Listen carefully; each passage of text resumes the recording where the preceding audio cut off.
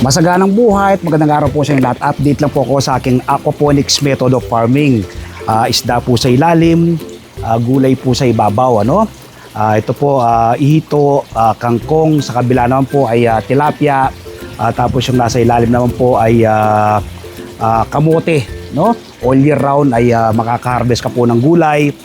Tapos yung ating mga load na tilapia at ito, kapag malalaki na, pwedeng panghihaw, pamprito, pang-ulam, doble pong pakinabang, May isda ka na sa ilalim, meron ka pang gulay sa ibabaw. Yung gusto pong magpa-customize ng ganito kagandang aquaponics, may filter po yan, bumabalik-balik po yung tubig, nasasala po dito sa dalawang filter na to, tapos pupunta po sa ating mga halaman. Yung pong dumi po ng isda, siya po yung fertilizer sa ating mga tanim na halaman sa ibabaw. Ipapakita ko po sa inyo, ngayon pong araw na ito, nasa 58 days na po yung load natin na hito at tilapia. Tingnan po natin gaano sila kalalaki pa at papakainin po natin. So ito yung pagkain nila, kukuha tayo ng konti. Yan. Lalaki na po nila, ayun ayan po, tingnan nyo. Ayan. Nakaka-relax pong tingnan sila kapag dito ka. Ayan po yung mga hito, malalaki na rin po yung mga hito. Ayan Ayan po mga hito. So nasa 100 po yan, ang load natin, ayan. Yan. So kapag dito ka sa garden, nakaka-relax. Yan po, lalaki na po ng mga hito natin, Yan, di po ba? Yan. So sa ibabaw, meron po tayong kangkong. Habang tinatalbusan pong kangkong, lalo pong yumayabong.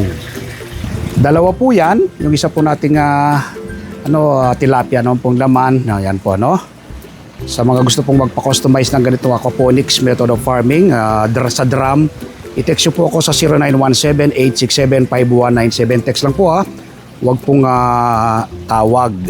Magpakilala po kayo, sabihin po niyo ang concern po ninyo, So ito po yung ating sasabahagi ng ating garden. Andyan din po yung ating mga tanim na strawberry at yung ating garden na direkta sa lupa. Ayan po, Yan. Yun po ang ating mga tanim na sa bote naman. Ito naman po. Yan, Yan. Meron po tayong upo dyan, may mga bunga na.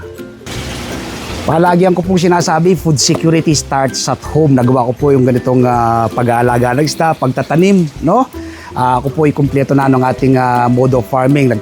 Igit po tayong nakilala sa pagtatanim sa bote.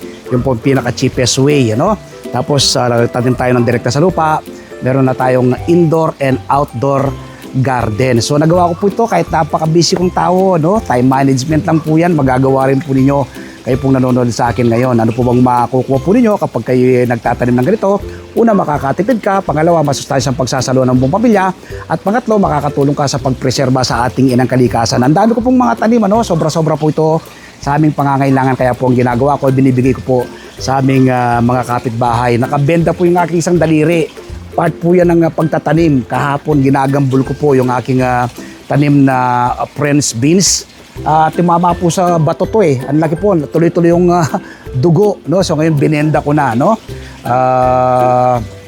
Ayan. So bahagi po yan ng pagsasaka. Minsan tayo nasusugatan, nasasaktan, namamatayan tayo ng halaman, pero hindi tayo dapat sumuko. Happy farming po, bye. God bless.